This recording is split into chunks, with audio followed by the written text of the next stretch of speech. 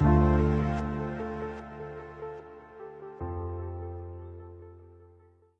dear compatriots, on many occasions, and recently again in my address on the 19th of May, I drew your attention to the maneuvers aimed at organizing the succession by mutual agreement at the head of our country. I can tell you today that things are becoming clearer. More than ever, over-the-counter architects are at work. In this way, they want to accelerate the course of history for their own profit, in defiance of all the democratic rules of power devolution and the sufferings of the Cameroonian people. I meant your sufferings. Let it be clear to all, we will never accept any form of mutual agreement succession to the helm of the state. We will stand against any manipulation, even constitutional, tending to the accession to the supreme office by means other than elective means.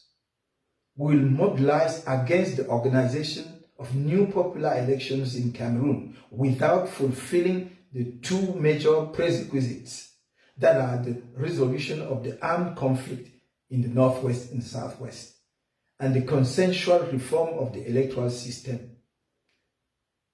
Nothing and no political circumstance, even exceptional, can be invoked to organize new elections without respecting these two prerequisites.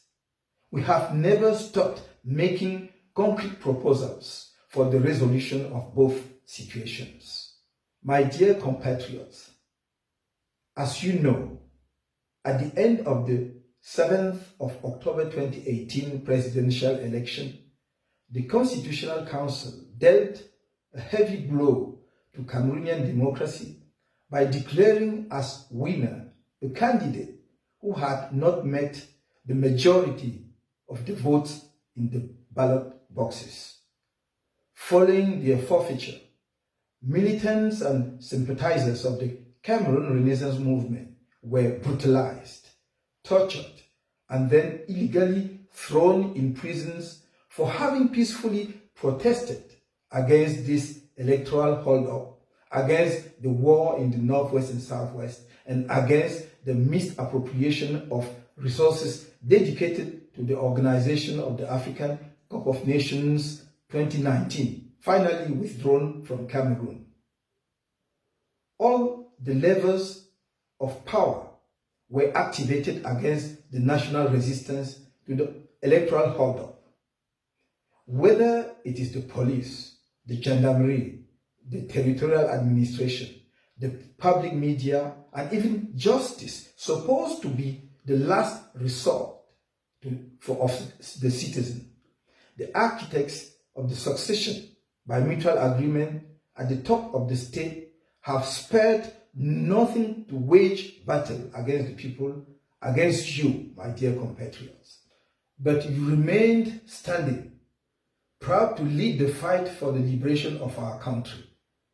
Your exceptional response to the call for boycott of the 9th February 2020 legislative and municipal twin elections that the Cameroon Renaissance movement made on the 25th November 2019 is irrefutable proof. By your no to these twin elections, you hammered and reiterated your no to electoral hold-up. After all, we must face the fact that the regime of Mr. Paul Biya remains deaf, indifferent, and disdainful in the face of the suffering of our martyrized populations of Northwest and the legitimate expectations of the Cameroonian people regarding the consensual reform of the electoral system. They know that such a reform, if carried out properly, will certainly spell the end of the fraudulent elections that have sadly punctuated the history of our country. You can understand why those who do not want a democratic succession in our country are at work and ready to cross all boundaries with the endorsement of their external supporters. All of this is happening before your eyes. I'm alerting you so that no one is unaware of it, neither today nor later. We are at a turning point in our history. These are the moments when each people must find in the depth of itself the spring and the wake-up call, which is essential to choosing the course of its destiny. Through our collective vigilance and our sense of patriotic duty, we must spare our country a new disaster of almost half a century that has been in preparation through the usurpation of power. This is why I reiterate in all seriousness that in the absence of a political resolution of the civil war that the Biya regime triggered in the Northwest and Southwest, and without a consensual reform of the electoral system in which the main political parties and credible civil society organizations, the Cameroon Renaissance movement, and people striving for change will not accept that a new popular election be held in Cameroon, nor will they accept any manipulation of the constitution aimed at organizing a succession to the head of the state by a non-elective mechanism. Suffice to say that the announcement of the organization of an election in Cameroon without the prior resolution of these two crises, which are undermining our country, will sound like a declaration of war, and all those who will engage the country in such an adventure will answer for it before our people and before history. Enough is enough. The Cameroonian people have suffered enough from the gluttony of a few people whose incompetence, irresponsibility, and cynicism still spread dramatically to the world as part of the fight against the COVID-19 pandemic, and who believe they can keep power forever only through state terror. Time has come for the devolution of power in our country to finally pass through democratic process accepted in all modern societies. For the Cameroonian people to have the opportunity to freely and transparently choose legitimate leaders who are accountable to them for the management of public affairs.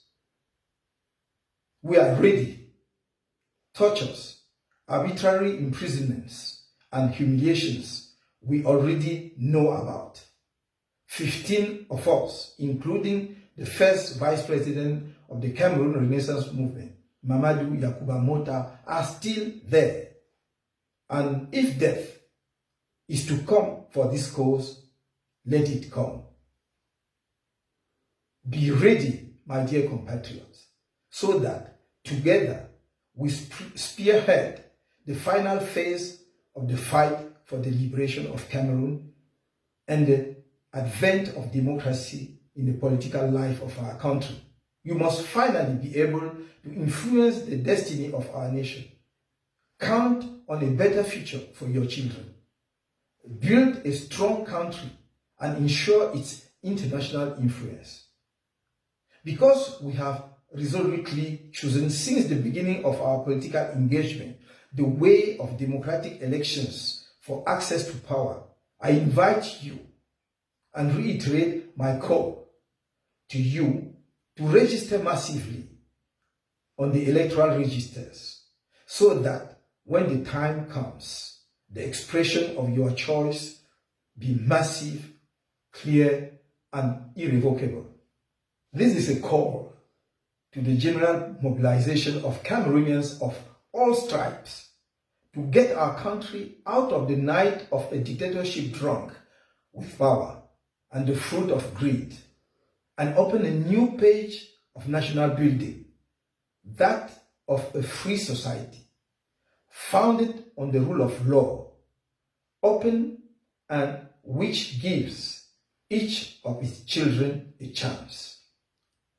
Never forget, I will never betray you. Long live Cameroon.